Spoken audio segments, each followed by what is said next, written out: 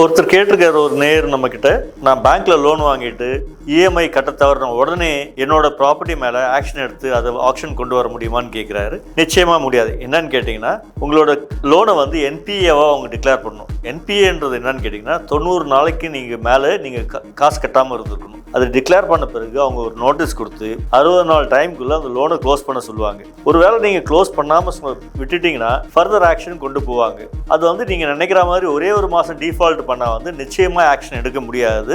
அதனால நீங்க அதை பத்தி கவலைப்பட தேவையில்லை. 3 மாசம் நீங்க தொடர்ந்து இல்ல விட்டு டிஃபால்ட் பண்ணியிருந்தீங்கன்னா அந்த டைம்ல உங்களுக்கு டிமாண்ட் நோட்டீஸ்னு ஒன்று கொடுப்பாங்க. கொடுத்து 60 நாள் டைம் கொடுப்பாங்க. அந்த 60 நாளைக்குள்ள நீங்க லோனை க்ளோஸ் பண்ணி ஆகணும்னு சொல்லுவாங்க.